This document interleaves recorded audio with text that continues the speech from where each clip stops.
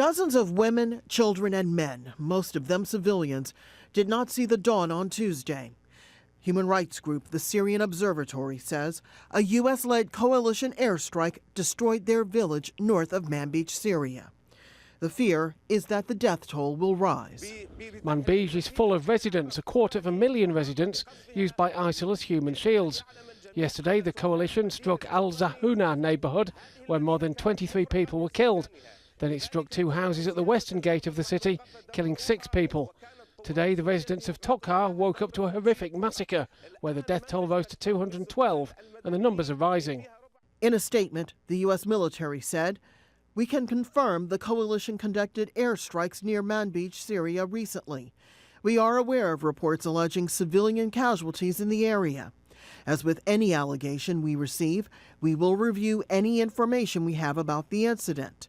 If the information supporting the allegation is determined to be credible, we will then determine the next appropriate step."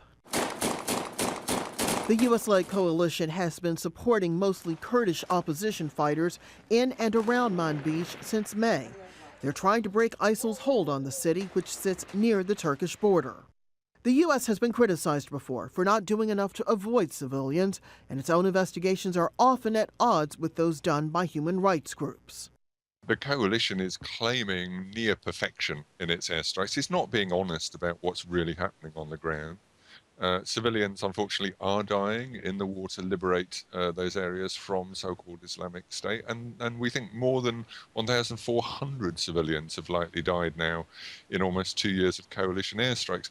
The coalition itself estimates just 41 civilians killed. It could take months for the U.S. military to conclude the investigation. But whether the U.S. takes responsibility will matter little to the families who lost a loved one on Tuesday. Rosiland, Al Jazeera, Washington.